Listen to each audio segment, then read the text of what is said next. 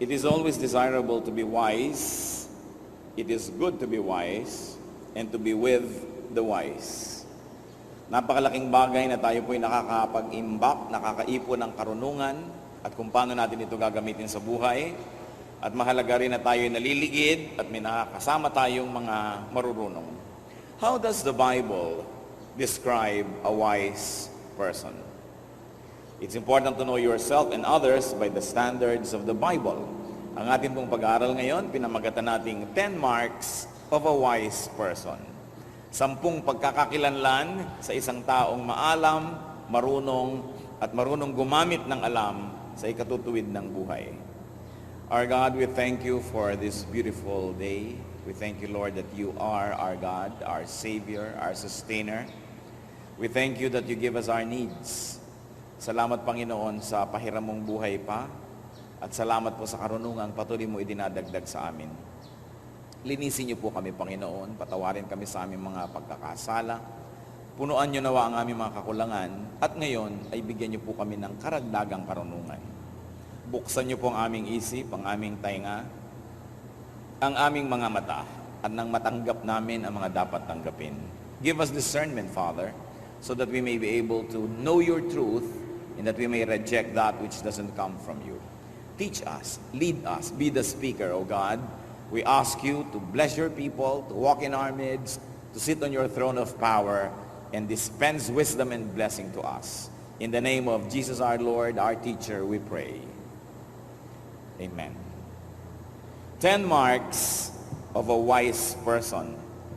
Nakukuhanin po natin lahat sa Proverbs sapagkat kung merong collection ng wisdom sa Bible, isa na dyan na pinakamarami at pinakamayaman yung book of Proverbs o kaya ay mga kawikaan. Proverbs 29:11, a wise man keeps himself under control. Isa na yan na pagkakakilanlan ng taong marunong, ang kanyang sarili ay nasa ilalim ng kanyang kontrol. Napipigil ang sarili at hindi ang sarili ang namamayani lagi. So one mark is controlling oneself, especially one's emotion. Ang marunong na tao, kinokontrol ang kanyang damdamin, ang pagpapahayag niya sa kanyang damdamin at ang lahat ng ginagawa niya. Si Solomon na mismo ang may sabi, a man of wisdom will avoid all extremes. Pag marunong ka, hindi ka lumalabis, hindi ka sobrang malamig, hindi ka sobrang mainit, walang mga extremes and saka extreme behavior. Man's foolishness necessitated the law. Kasi kung ang tao lang ay nagkokontrol sa sarili, hindi niya kailangang makatanggap ng batas mula sa Diyos. Ang mga batas ay isa-isang ibinigay at naging very elaborate, no, ang mga tao ay hindi na makontrol ang sarili nila at kinailangan pa ng panglabas na kapangyarihan para ang batas ay pairalin. Kaya ang Lady Justice, yung sagisag ng Lady Justice ay isang babaeng may hawak na timbangan, may piring ang mata, at sa kabilang kamay ay may hawak na isang tabak. Lady Justice holds a scale there, at pag mayroon siyang scales, and then she holds a sword. Because if you are weighed and found wanting, you will have to be cut up. Kailangan kang tagain, sapagkat yung takot mo na lang na mataga ka, at yung takot mong makulong, yan ang kumokontrol sa tao, pag siya'y wala ng kontrol sa sarili. Maging sa mga bahay na maraming policies, sa mga kumpanya na maraming policies, because people don't control themselves. Bakit mayroong boundary clock na kinamumuhian ng empleyado? Kasi hindi naman nila kokontrolin ang sarili nila na pumasok sa oras kung wala nun. Bakit mayroong deduction ka pag absent? Kasi pag walang ganung punishment, dadami ang absence. Pagka maraming patakaran at batas, ibig sabihin lang, ang tao'y hindi nagkukusa na kontrolin ang sarili. Sa pagkokontrol po sa sarili, hindi natin ibig sabihin yung sobrang control, not the repressive control that can lead to schizophrenia. Sapagkat yung sobrang control naman, na bigong-bigo ang sarili mong ipahayag ang katotohanan at yung mga nais mong gawin, ang nangyayari, ang mga tao ay nagkakaroon ng mga kabaliwan, nagkakaroon ng double personality. Ang hindi nila maipahayag sa tunay at normal nilang buhay, kailangan silang magkasakit, kailangan silang magkaroon ng abnormal situation para mapagbigyan na ipahayag yung hindi maipahayag. Kaya po sa mga pamilyang sobrang higpit ang mga magulang o ang mga matatanda, sa mga bayan o baryo o lipunan na masyadong maraming bawal, masyadong conservative, masyadong maraming control, diyan maraming nababaliw, diyan maraming sinasabi nilang napoposes, diyan maraming sinasabi nilang nakukulam, at kung ano-ano pa. Hindi po kulam yun at hindi possession. Pag sobrang ang tao ay sinisikil, yung hindi niya maipahayag, ipapahayag ng kanyang katawan sa ibang paraan. Kaya kung minsan nagsasalita na iba ang boses, tumitirik-tirik ang mata, bumubula-bula ang bibig, akala natin agad demonic possession. Most of the time, those are just people who have repressed feelings. Mga hindi ba ipahayag na damdamin. At hindi po ang pagpipigil nun ang pinag-uusapan natin. What do we mean? Control that is enough to keep social order and to keep one's dignity. Pero hindi naman sobrang control na meron ka ng gustong kainin, hindi mo kinakain, meron kang gustong sabihin na hindi naman magkakaroon ng isang napakalaking social disorder pag sinabi mo, o kaya ay social calamity. Hindi po yan ang pinag-uusapan.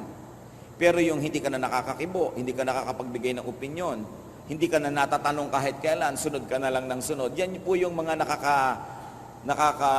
nagiging dahilan at nakakapagbigay ng mga uri ng mga psychological illnesses. Kaya sa mga very conservative towns, yan yung marami, ay nakulam si ganun, nahipa ng masamang hangin, etc., etc. Repressed lang yon. Baka mga babaeng gusto magpaligaw ay ayaw paligawan ng magulang at mga kuya, nabaliw tuloy. Mga dabdaming di maibulalas at di maipahayag.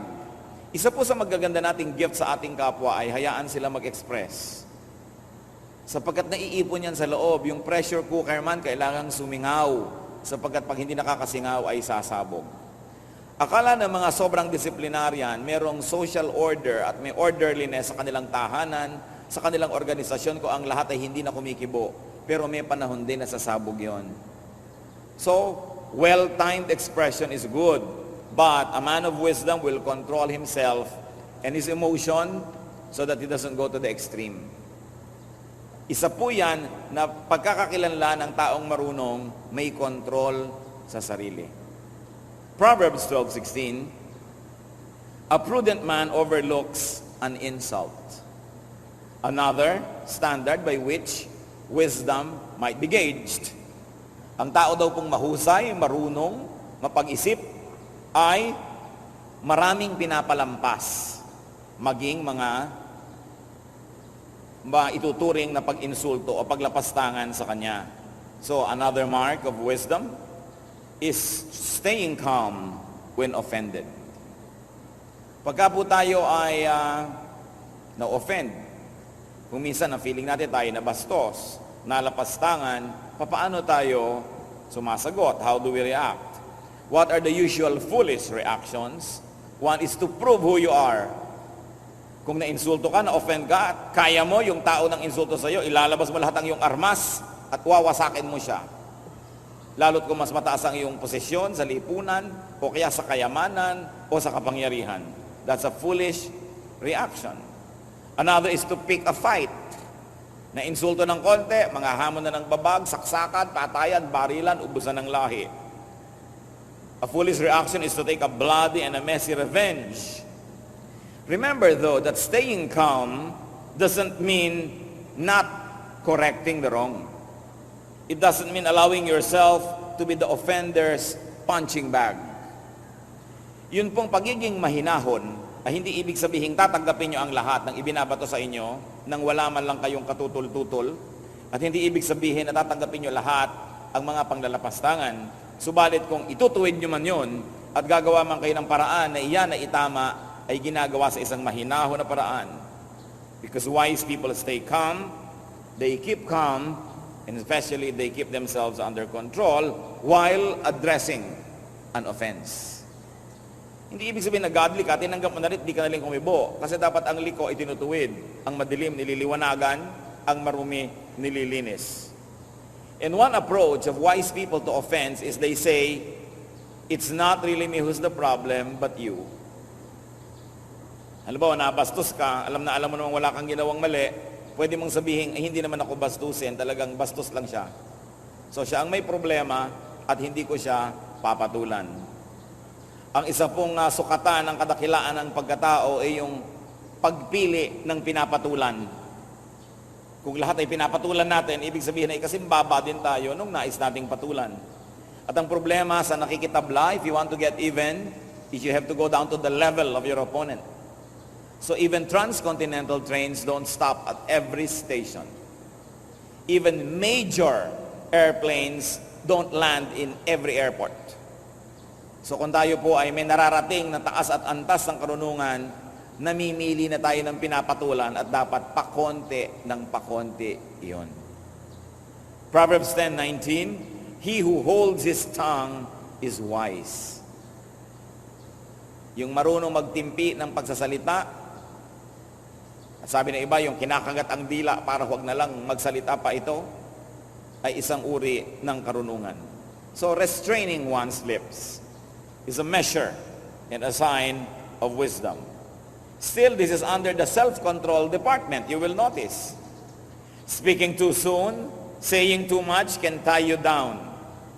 Marami pong tao ang nalalagay sa alanganin, nakokompromiso, napapasubo dahil nagsalita agad o kaya maraming sinabi. Remember this, the unspoken word is still your slave. But every spoken word can already become your master. Naranasan nyo na ba yan? Na may magsasabi sa inyo, you promised me, sinabi mo, di ba sabi mo ganito? Di ba ang turo mo ganito? Pag may sinabi ka na, maaari na ngayong isumbat sa'yo, maaari na ngayong gamitin para kapilitin na kumilo sa isang uri ng direksyon. You will be compelled to behave a certain way because of the words you've already said. Wrong words can put you in trouble. Wrong words can hurt and offend others. Wrong words can misrepresent you. And remember, unbeautiful words, yung pinsan ng ugly, yung unbeautiful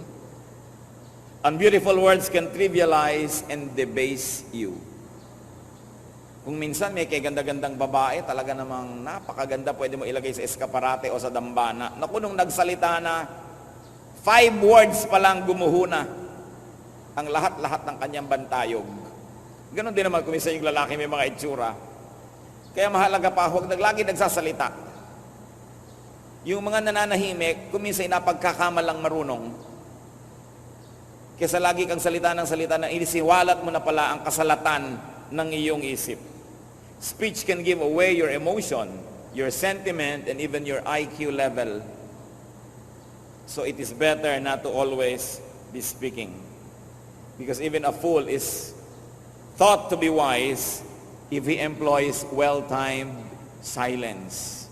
It's very important that we think before we speak. Sabi nga nila, speech is silver, silence is gold.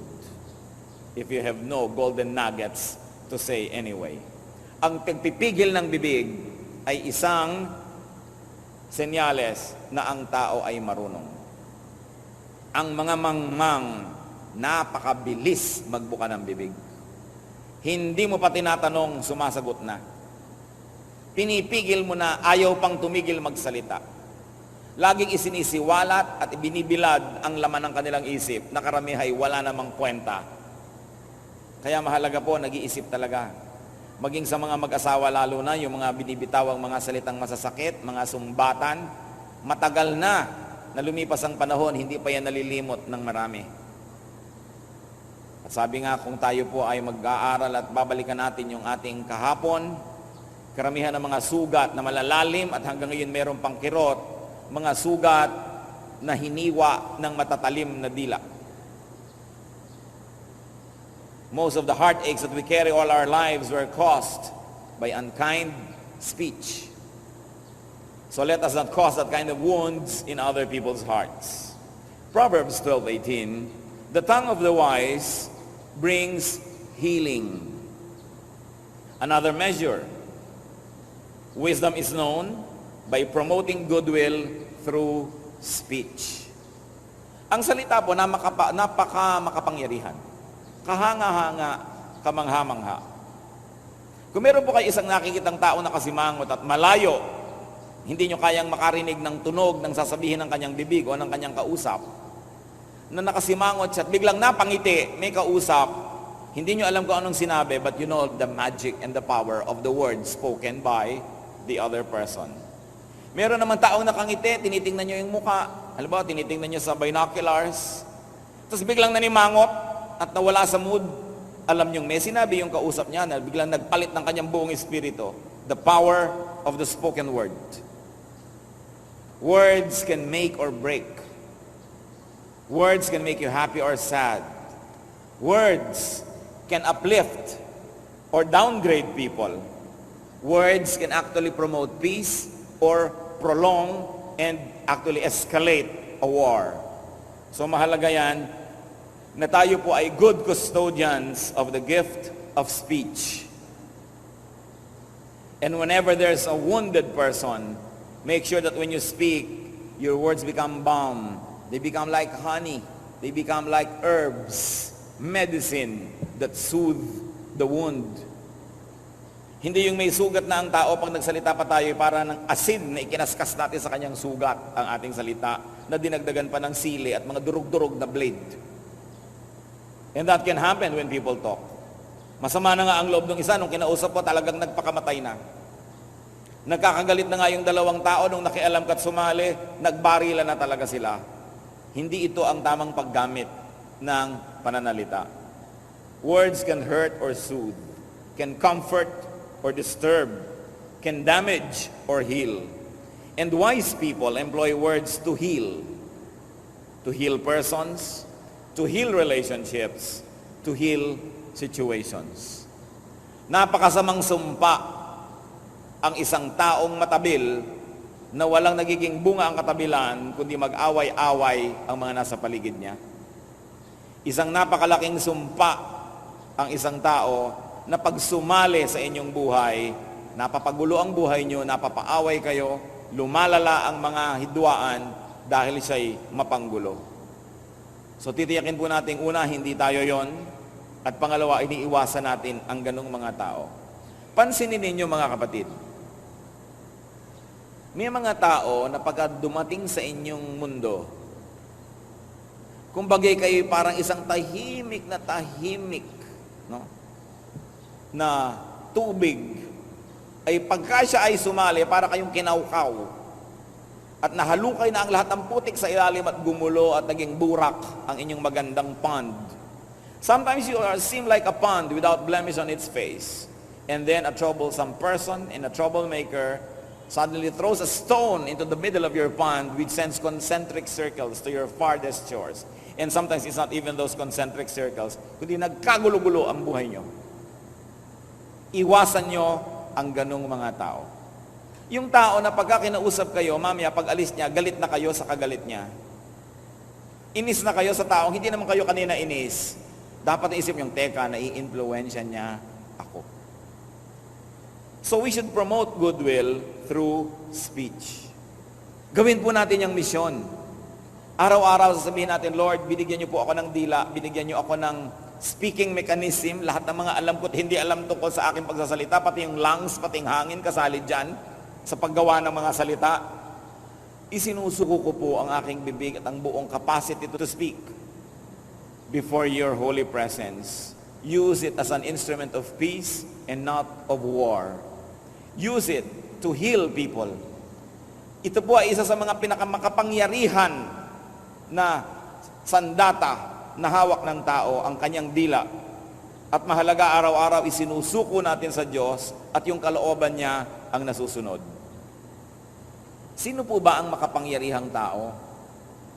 Abay, halos lahat ng tao, lalo yung nakakapagsalita, ay makapangyarihan. At kahit hindi yung nakakapagsalita physically, yung nakakapagsulat, yung nakakapagsenyas, nakakapag-communicate pa rin, kapangyarihan pa rin yun. Pero yung instant power, alam na alam niya ng merong power of speech. So, that power must never be surrendered to the devil, but instead to the power of the Lord.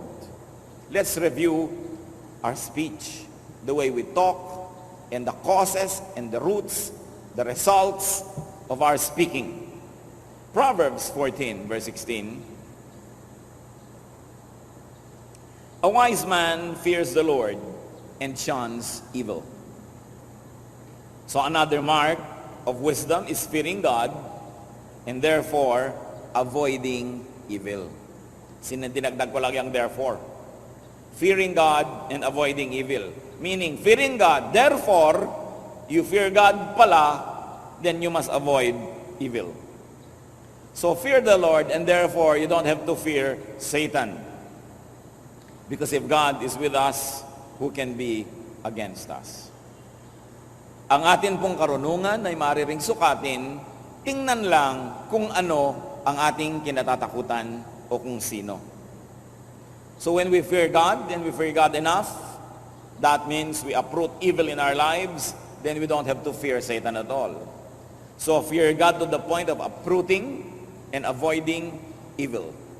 May mga nagsasabi, natatakot ako sa Diyos, meron akong banal na takot sa Diyos, pero hindi naman afraid enough to uproot evil in their lives. Dapat sapat yung takot natin sa Diyos sa kumilos tayo upang bunutin, wasakin at wakasan ang mga maruruming bagay sa ating buhay. Proverbs 13:1. A wise son heeds his father's instruction. Of course, masyadong makalalaki ang kultura ng Israel. Kasama din dapat dito yung a wise son heed his mother's instruction, or a wise daughter heeds his father's or mother's instruction. Lagi lang kasi sa Bible, example, mga lalaki, dahil sobrang nakakiling sa kultura ng lalaki ang kultura ng Israel. Pero yan ay symbolic of all humanity, and that should be the reading. So another and very important sign of wisdom is accepting parental guidance.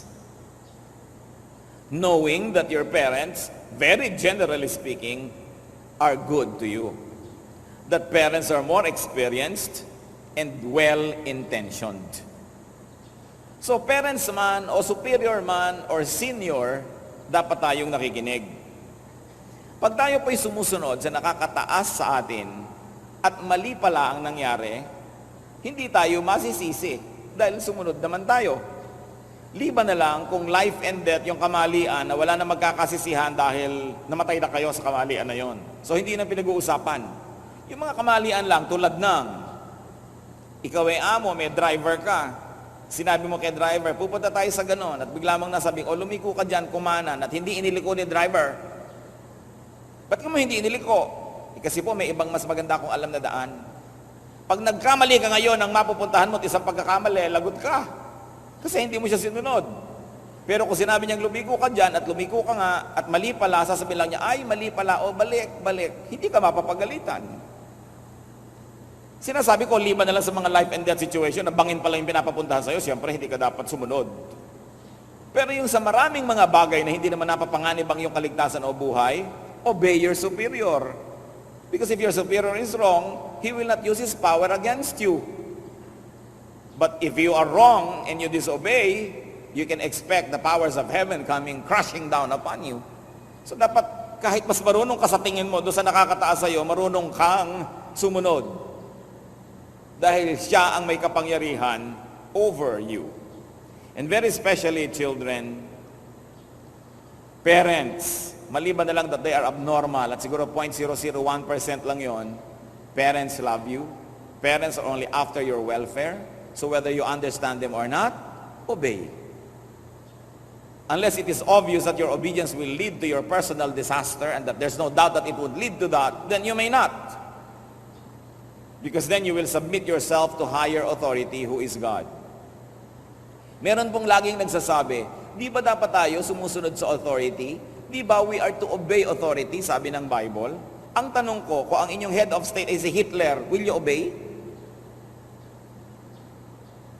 Bakit ang mga komadrona sa Ehipto, ang may authority, yung Pharaoh, sabi ng Pharaoh, pag may mga nanganak kayong kababayan ng mga Hudyo, patayin nyo ang mga lalaking bata. Dahil natatakot ang Pharaoh, dumadami na yung mga lalaking Hebrews. So, hindi sila sinunod ng komadrona? Hindi sumunod sa authority ang komadrona? Dahil mali ang authority, anong ginawa ng Diyos? Pinagpala ang mga komadronang ito. Na siguro mga old maid, dahil ang sabi sa Bible, binigyan ng kani-kanyang asawa at pamilya ng Diyos. Si Rahab, meron siyang sariling bayan, meron siyang sariling hari. At nung pinasok ng mga anak ng Diyos ang kanilang bayan, ang mga espiya, itinago ni Rahab. Mga kalaban ng kanyang bayan, kalaban ng kanyang hari. Pero anong nangyari kay Rahab? Pinagpala siya sa ng Diyos. Sinasabi ko sa inyo, hindi lang kayo kukuha ng isang verse at sasabihin nyo, obey authority, na kahit na isang halimaw ang authority, obey ka pa ng obey. Kahit na peke ang authority, obey ka ng obey. Kailangan tinitingnan mo yung higher truth, yung higher calling of God's reason, because the Bible is full of examples wherein disobedience to authority actually led to blessings. When the authority has no moral mandate, when the authority is not supposed to be there, o nagpapagawa ng mali, you must withdraw your obedience because your obedience must be given to the higher authority, and that is the essence of God's teachings. Pinipili ang authority sinusundan.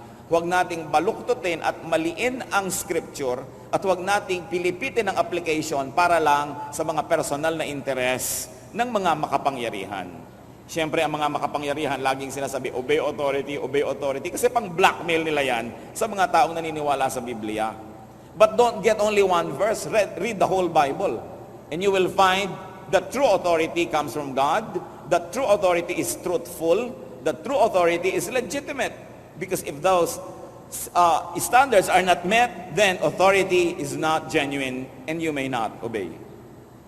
Mahalaga yun na nakikita natin because authority has been misused by so many parties, so many people in the whole history of mankind. E paano kang head of state, may si Idi Amin, kinakain ka na niya, obey authority?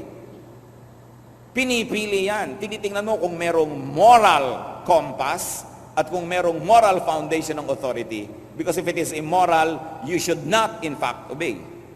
Because our authority, who is the real one, is God Himself. And anybody that does not represent the economy of God, the honesty, the truthfulness, and the integrity of God must not be obeyed. So huwag nating payagan na ang relihiyon ay ginagamit na isang political tool para kontrolin ang isang bayan, ang isang lipunan, ang isang uri ng tao, isang lahi. At nagtatago ang mga taong yan sa likod ng Diyos, sa likod ng Biblia, para bigyan ng deodorant ang isang stinking regime or monarch, king or queen. Kaya nag-iisip-isip ang mga anak ng Diyos. Hindi basta-basta kumukuha na isang verse tapos alipin ka na ng verse na yon, against all reason sumusunod ka. But, going back to the authority of parents, as I said, unless they're abnormal or they have mental illness, parents love their children, and it is always in the best interest of their children that they make policies or even rules. So children, unless there is a naked, very naked error in what your parents tell you, obey. It is the wise thing to do. Proverbs 12:15, a wise man listens to advice. Kamag-anak na naman ang pinag-usapan natin kanina. So another measure of wisdom is accepting counsel. Meaning this time not only from our parents, but from any wise person. Binigyan tayo ng dalawang tainga at isang bibig, so we will listen twice as much as we talk. Ang problema sa mga tao, sometimes we talk twice as much as we listen, or we never listen at all.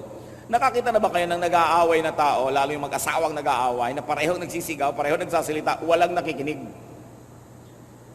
So ang ending niyan, balibagan ng aparador, hagisan ng plancha, ng electric fan, kung anong mahahawakan, kotse, ihabalibag sa asawa, kasi walang nakikinig. Mahalaga, we accept counsel. But remember this, listening to counsel doesn't mean obeying all the time. Hindi ko man nakinig ka sa payo, obligado ka nang sumunod sa payo na yon. Ang mahalaga lang, give it a chance to be heard. Proverbs 1:5, the wise listen and add to their learning. Anong mawawala, kapatid, kung ikaw'y mananahimik at makikinig? Una, kung may punto ang kausap mo, di nakuha mo. At kung talagang mali siya, lalo mong napatunayang mali siya dahil narinig ng tenga mo ang mga kamalian niya. So mahalaga yan na ang tao nakikinig. And accepting counsel is a twin brother of self-control and tongue control. Because you have to control yourself, especially your tongue, to be able to listen and accept counsel. Accepting counsel doesn't mean obeying it. You just accepted it so you can process it. Sa pag-uusap po, kung may isang nagsalita at may isang nakinig, pag uwi nila pareho, sa palagay nyo, sinong panalo? Siyempre yung nakinig. Kasi, Yung nagsalita, nabisto ang kanyang IQ level, nabisto nyo ang kanyang stand, yung kanyang sentiment, wala na siya ngayong maipagmalaki. At yung nagsalita, walang natutunan. Pero yung nanahimik at nakinig, dumami ang alam, dumami ang choices, at kung meron kayong digmaan, hindi mo pa rin naarok, hindi mo pa rin nasukat, hindi mo pa rin alam kung anong laman ng isip niya, huhula-hula ka ngayon, hindi mo siya ngayon kayang basta-basta na lamang paikutin dahil hindi mo alam kung anong iniisip niya. Kaya mga tao po na hindi marurunong, agad-agad na ipinaalam kung anong iniisip nila, alam na ng kalaban kung nasan ka. Kaya mabuti, hindi salita ng salita. Proverbs 10:14 gives us insight into another standard of wisdom, and that is, wise men store up knowledge. Collecting knowledge is an important aspect of wisdom. Wise people collect knowledge. Naalala ko po tuloy ang mga kababaihan sa Malolos. Noong 1888, maraming mga kababaihan sa Malolos, mga Bulakenya, ang minabuti nilang mag-aral ng wikang Kastila. Bakit? Sapagkat sila yung mga mag-aasawa o yung iba yung nag-asawa na, at sila yung magkakaroon ng mga anak. At sabi nila, ayaw nilang maging mangmang ang kanilang mga anak. Kaya sila ay nagpetisyon. Hindi sila pinayagan ng kura paroko ng Malolos na mag-aral, magbukas ng akademya at mag-aral ng wikang Kastila. Bakit nila gusto mag-aral ng wikang Kastila? Sapagkat halos ang lahat ng libro na pumapasok sa Pilipinas ay nasa wikang Kastila. May mga libro sa wikang Tagalog, sa wikang Cebuano, Bicolano, pero puro libro ng dasal. Puro libro ng mga buhay ng mga poon, ng mga santo at santa, na walang itinuro sa mga tao, kundi sugatan ng sarili, magpakasakit, magtiis, at hintayin ang kabilang buhay para sa iyong mga gantimpala. Siyempre, gustong-gusto yun ang relihiyon, para ang tao ay tiis na lang ng tiis, dusa ng dusa, donate ng donate, at iniintay premyo sa kabilang buhay. It is a way to control people. So yung mga kababaihan sa Malolos, gusto nilang lumawak ang kanilang alam, labas at lampas sa pader ng kumbento at ng simbahan na walang itinuro sa kanila, kundi magtiis at magmano sa mga praile. So gusto nila mag-aral ng wikang Kastila. Siyempre, ipinagkait, hindi sila pinayagan.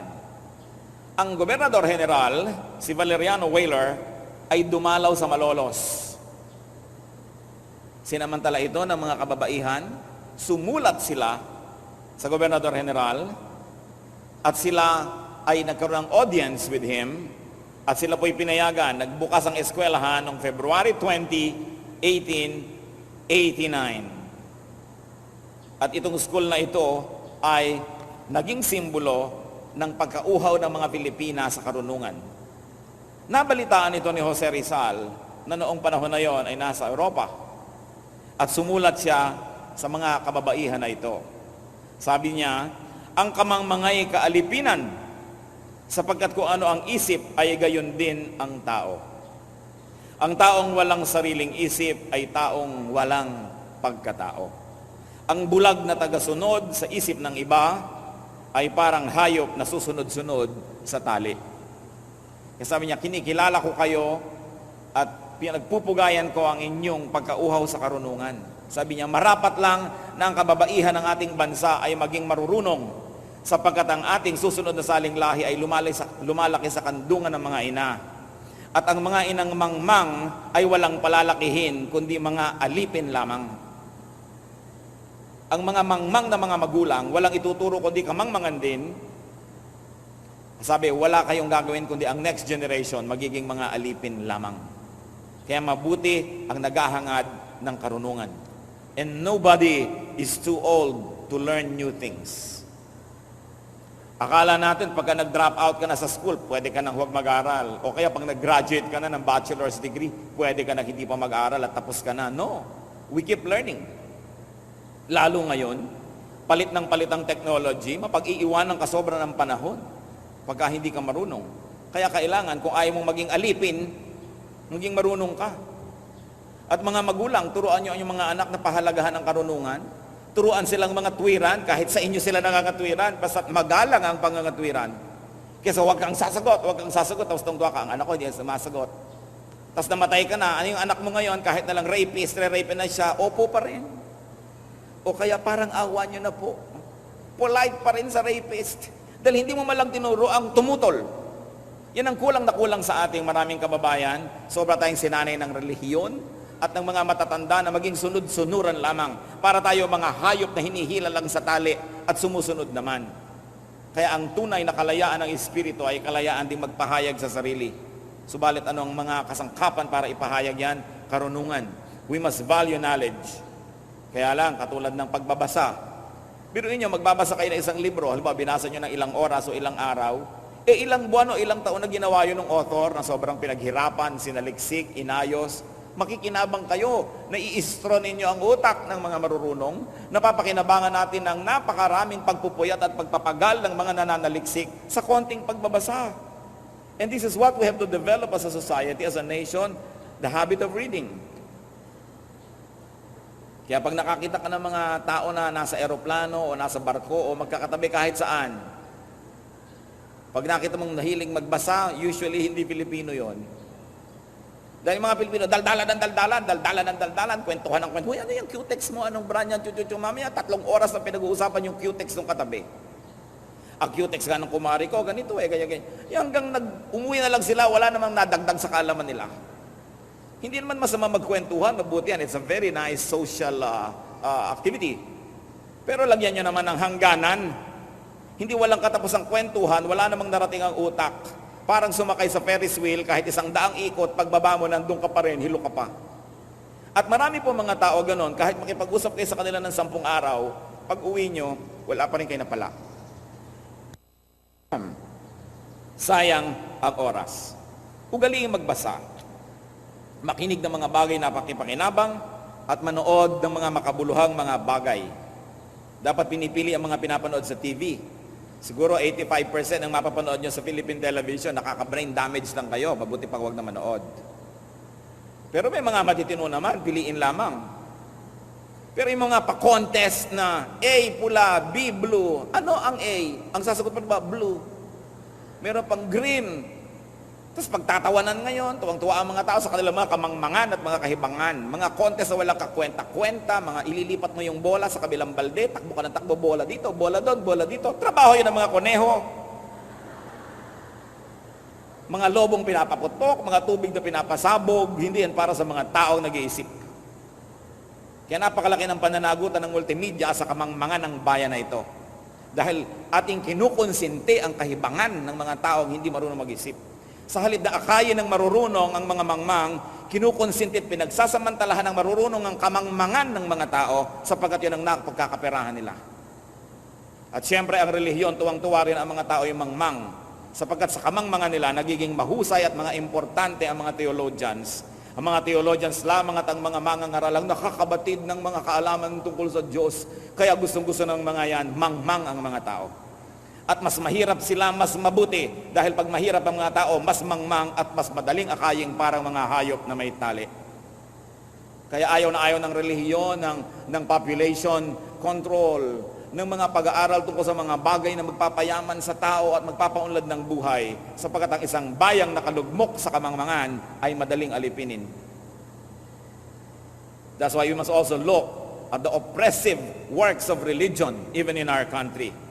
Na ayaw ng mga pag-uusap, ayaw ng mga marurunong na mga pagpapalitan ng kuro-kuro. At kung masusunod ang simbahan, maging sa panahon na ito, maraming ipagbabawal na babasahin o papanonoorin, hindi binibigyan ng karapatan ng taong mag-isip at pumili kung ano ang kanyang iisipin. Gusto nilang lagyan ng piring ang mata ng buong bayan upang maakay nila bilang isang bulag at hindi sila maubusan ng mga alipin. Yan ang ginagawa ng maraming relihiyon. Tungkulin ng isang taong naghahanap sa Diyos ang maghanap ng liwanag at katotohanan sapagkat ang Diyos ay liwanag at katotohanan at ang katotohanan ay nagpapalaya.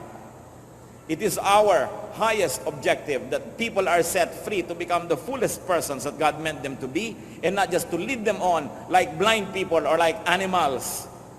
It is important that we have an open mind and it is your duty and privilege to continue to collect knowledge. Umiwas at mag-aksaya ng panahon sa mga walang kabuluhang mga usapan, mga walang kabuluhang mga palabas. mga pinag-uusapan na tao, chismis, buhay ng may buhay, na wala namang ikabubuti, nasusuong pa kayo sa gulo. Proverbs 11:30, he who wins soul is wise. Hindi evangelism to, ha? Hindi soul winning to. Wala pa noon ng Proverbs 11:30 times. But what does it mean to win soul? A soul is the center, the core of a person's being, so it means nothing but winning hearts and minds. Ang marunong na tao, sinisikap niya na kanyang makuha ang loob ng kanyang kapwa. Hindi lang para gamitin ang kapwang ito, sapagkat ito ang pinakamabuti, magkahulugan ng loob. Ang mga nilalang, magkapalagayang loob, at nang sa ganon, magkaisang loob para may magawang mabuti. When you speak, when you act, you either win friends or make enemies. You either endear or alienate yourself to others. And you either win admiration or contempt. You either open or close people's hearts to you. So review your soul winning. Kumusta po pagka kayo ba ay nakikisalamuha, nakikitungo sa mga tao? Ang ending ba nakakaaway nyo sila o nagiging kaibigan? Ang ending ba'y napalapit kayo sa kanya o lalong napalayo? Meron kasi mga tao na sa talim ng dila at sa bagsik ng mga pananalita, tuwing na lamang may nakakasalamuha, ang nagiging wakas, ayaw sa kanila. Kaya dapat i-review natin dito, am I winning souls? Sabi kasi, he who wins souls is wise. Why? Because a person who doesn't like you can use all of his energy against you. But a person who likes you can use his energy to help you. And don't you like that? Life is a matter of helping, of receiving help and giving it. Walang taong nagkaroon ng malaking tagumpay na solo lang niya itong nakamtan. Lagi natin kailangan ng tulong ng iba para merong nangyari sa buhay natin. At ito isang katotohanan, ang tinutulungan natin ay yung taong gusto natin. So hindi ba naman napakabuting hangarin na magustuhan ka ng iyong kapwa? Hindi yung nainis sa'yo, pinagmamalaki mo pa that you are brutally frank, na tuwing darating ka na lang, ino-oppress mo ang lahat ng tao dahil sobra kang coercive, sobra kang oppressive, o kaya kinokontrol mo ang lahat, lagi ka na lang amo, kaya tamad-tamad mo, lagi ka na lang boss, walang makakagusto sa'yo, iiwasan ka. But a wise person wins souls. Finally, for today, Proverbs 14, verse 3. The wisdom of the prudent is to give thought to their ways. So, looking ahead to see what is coming is a mark of wisdom. Looking ahead to see the inevitable result of your words or deeds. Therefore, considering, reviewing, and examining your ways and style of doing things.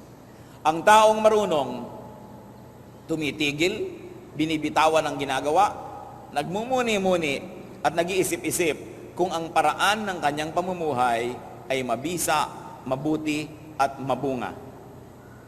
Kung nakita na natin ang paraan natin ng pagsasalita o paraan ng pakikitungo, paraan ng pagtatrabaho, paraan ng pamumuhay ay walang mabuting idinudulot, dapat huwag tayong mag-atubili na palitan ang ating mga pamamaraan. A wise person reflects and give thought to his ways. Iniisip niya, tama ba ako? Maganda ba ang pamamaraan ko? Epektibo ba ito? Tama ba ang pag-handle ko sa aking mga anak? Tama ba ang pakikitungo ko sa aking asawa? Tama ba ang pakikitungo ko sa aking mga manugang o sa aking biyenan o sa aking kapitbahay? Kasi malalaman niyo naman kung tama o hindi. Pag hindi tama ang paraan natin, para kayong nagsuot ng sapatos na naglalakad, ramdam na ramdam nyo kung may bato sa loob. At ganun ang buhay na hindi tama ang pamamaraan. Laging may sagabal, laging meron na lamang na sakit at dusa, laging may away, mga hinanakit at problema, laging may tensyon at pakikidigma. So hindi yun ang tamang paraan ng pamumuhay. So kailangan palitan. Para tayong nagmamaneho, nakaliko ka sa mali, at nag-isip-isip kang mali, therefore, aatras ka, babalik ka doon sa pinagkamalian mo ng pagliko at simula ka uling itama ang iyong buhay. Minsan po, Ako'y may gagawing mission sa Northern Luzon, patungo akong Baguio, at may nagmamaneho naman para sa akin, so okay natulog sa daan, gabi ang biyahe. Parang nakahalata ako kahit kalahati ng isip ko itulog. Parang hindi man lang ako nasisilaw. Ang tagal-tagal nang wala man lang na tumatamang liwanag ng kasalubong sa aking mga mata. So dumilat ako, at pagdilat ko ganyan, como nakahiga ako, ang nakita ko sa bintana ay napakalalapit na mga dahon na halos pumasok na lang sa sasakyan namin kung hindi nakasara ang bintana.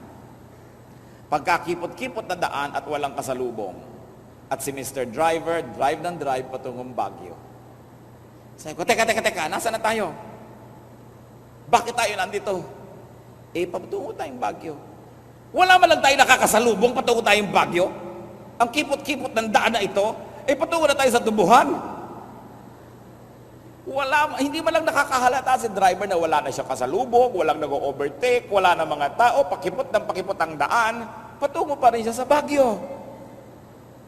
Alam niyo po, nakakatawa man, maraming tao ganun ang buhay. Hindi na nakahalata na mali ang style nila.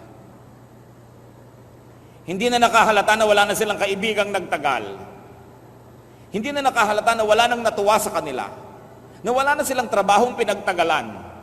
Na wala na silang ginawang nagtagumpay. Hindi na nakahalata na dapat silang tumigil, mag-isip-isip at umatras because somewhere along the way, they made a wrong turn. It is important to give thought to your ways. We must be result-oriented. And if it's not bringing us good results, then change ways. So be wise. It is important to be wise. Proverbs 8:33, listen to instruction and be wise. And be with the wise. Proverbs 13:20, he who walks with the wise grows wise. Proverbs 8:33 po yung listen to instruction and be wise.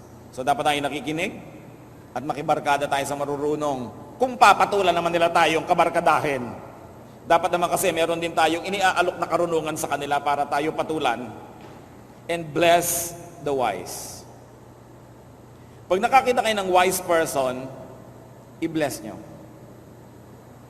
Turuan nyo, tulungan, sapagkat yan ay regalo ng mundo, ng Diyos sa sangkatauhan. Wise people are God's gift to humanity.